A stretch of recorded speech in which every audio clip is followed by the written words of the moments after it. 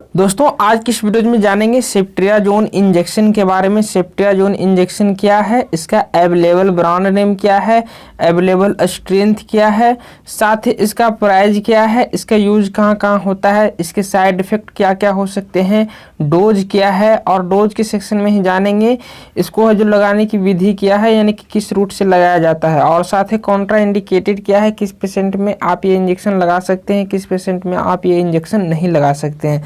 तो दोस्तों सेफ्ट्रियाजोन हम प्लेन कॉम्बिनेशन के बारे में बात करेंगे और इसके साथ मल्टीपल कॉम्बिनेशन भी आते हैं। सेफ्ट्रियाजोन टेजोबैक्टम साल्बैक्टम के साथ भी आते हैं, लेकिन हम इस वीडियो में सेफ्ट्रियाजोन इंजेक्शन के प्लेन के बारे में बात करेंगे। तो चलिए वीडियो को शुरू करते हैं। तो सबसे पहले हम जान लेते हैं इसके अवेलेबल स्ट्रेंथ के बारे में।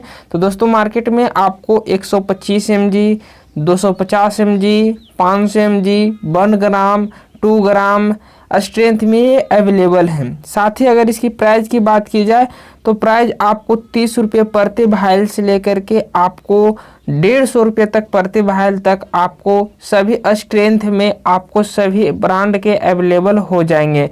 प्राइस ब्रांड नेम और एरिया के अकॉर्डिंग ऊपर नीचे हो सकता है, लेकिन जो प्राइस रहेगा वो आपको 30 रुपये से लेकर के आपको 150 के बीच में ही रहेगा। अब चलिए हम बात कर लेते हैं मार्केट में कौन कौन से ब्रांड नेम अवेलेबल हैं। तो दोस्तों मार्केट में आपको जोन 1 ग्राम, 2 ग्राम, 125, 250, 500 में अवेलेबल है। साथ ही मोनोसेफ 1 ग्राम, 2 ग्राम, 500, 125, 250 में भी अवेलेबल है। साथ ही क्लिगसेफ, इमोरसेफ है। इसके अलावा भी मार्केट में बहुत सारे ब्रांड नेम अवेलेबल हैं, लेकिन जो ये सब ब्रांड नेम है ये मोस्ट पॉपुलर ब्रांड नेम है। इन सभी ब्रांड नेम से आपको किसी भी दुकान में किसी भी एरिया में आसानी से अवेलेबल हो जाएंगे। हो सकता है आपके डॉक्टर और ये एरिया के अकॉर्डिंग ब्रांड नेम अलग अलग हो सकते हैं, लेकिन जो दवा का मूल नेम रहेगा वो सेफ्ट्रियाजोन इंजेक्शन ही रहेगा। अब चलिए हम बात कर लेते हैं इसके यूज के बारे में। तो दोस्तों सेफ्ट्रियाजोन एक एंटीबायोटिक मेडिसिन है, तो इसका उपयोग है जो बैक्टीरियल इन्फेक्शन को ठीक करने के लिए ही किया जाता है। तो जिसमें जो मोस्ट पॉपुलर उपयोग में आपको लंग्स इन्फेक्शन में इसका उपयोग लिया जाता है, जिसे आप RTI भी कहते हैं, यानी कि रेस्पिरेटरी ट्रैक्ट इन्फेक्शन, यानी कि अगर आपको श्वसन तंत्र की बीमारियां हैं तो वहाँ पर इस इंजेक्शन का उपयोग लिया जाता है। साथ ही इसका अगला यूज है ईयर इन्फेक्शन में। अगर आपको कान में इन्फेक्शन हो गया हो, कान बहता हो, तो वहाँ पर भी आप इस इंजेक्शन का उपयोग ले सकते हैं। साथ ही थ्रोट इन्फेक्शन, यानी कि गले में इन्फेक्शन हो गया हो तो वहाँ पर भी ले सकते हैं। साथ ही अगला इसका यूज है मेनिंजाइटिस में। मेनिंजाइटिस केस में इसका है जो काफ़ी अच्छा उपयोग है। यदि किसी पेशेंट को मेनिंजाइटिस है जिसमें जो बुखार आना, इस प्रकार के लक्षण दिख रहे हैं, तो वहाँ पर भी आप इसका उपयोग ले सकते हैं। साथ ही इसका अगला उपयोग है स्किन इन्फेक्शन में। अगर आपको स्किन में कहीं पर भी इन्फेक्शन हो गया हो तो वहाँ पर आप इस इंजेक्शन का उपयोग ले सकते हैं। साथ ही इसका अगला उपयोग है STI, यानी कि सेक्सुअल ट्रांसमिटेड इन्फेक्शन, जिसे गोनोरिया के नाम से जानते हैं। इसमें पेशेंट को सुजाक हो जाता है। साथ ही अगला उपयोग है टाइफाइड फीवर में। अगला उपयोग है सॉफ्ट टिश्यूज इन्फेक्शन में। यदि किसी पेशेंट को सॉफ्ट टिश्यूज इन्फेक्शन हो गया हो तो वहाँ पर भी आप इसका उपयोग ले सकते हैं। साथ ही अगला उपयोग है बॉन्ड्स में। इसमें क्या होता है, अगर किसी पेशेंट को घाव हो गया हो तो वहाँ पर भी आप इस मेडिसिन को दे सकते हैं उसको सूखने के लिए। साथ ही इसका अगला उपयोग है लाइम डिजीज में। लाइम डिजीज के बारे में आप नहीं जानते हैं तो लाइम डिजीज के बारे में हम आपको एक छोटा सा रिव्यू में बताते हैं।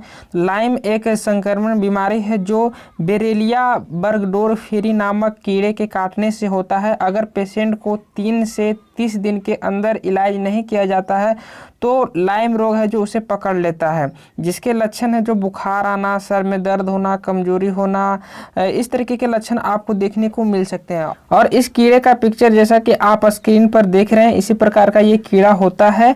तो दोस्तों ये रहा इसके कुछ मोस्ट पॉपुलर उपयोग, और हो सकता है डॉक्टर अपने एक्सपीरियंस के अनुसार इन सभी बीमारियों के अलावा अन्य बीमारियों में इस इंजेक्शन का उपयोग लें, लेकिन जो मोस्ट पॉपुलर उपयोग था वो हमने आपको बताया। अब चलिए हम इसके कॉमन साइड इफेक्ट के बारे में बात कर लेते हैं, कौन कौन से कॉमन से साइड इफेक्ट हो सकते हैं।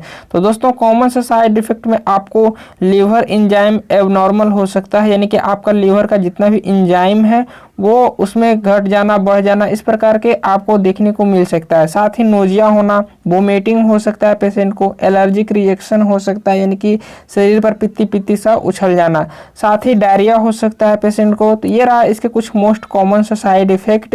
हो सकता है इन सभी साइड इफेक्ट के अलावे और भी आपको साइड इफेक्ट देखने को मिले। तो अगर आपको इस प्रकार का कोई भी साइड इफेक्ट देखने को मिले तो आप ये इंजेक्शन लेना बंद करें और साथ ही आप अपने डॉक्टर से संपर्क करें ताकि आपको फर्दर ट्रीटमेंट दिया जा सके। अब चलिए हम बात कर लेते हैं कॉन्ट्रा इंडिकेटेड की, किस पेशेंट में आप ये इंजेक्शन दे सकते हैं, किस पेशेंट में आप ये इंजेक्शन नहीं दे सकते।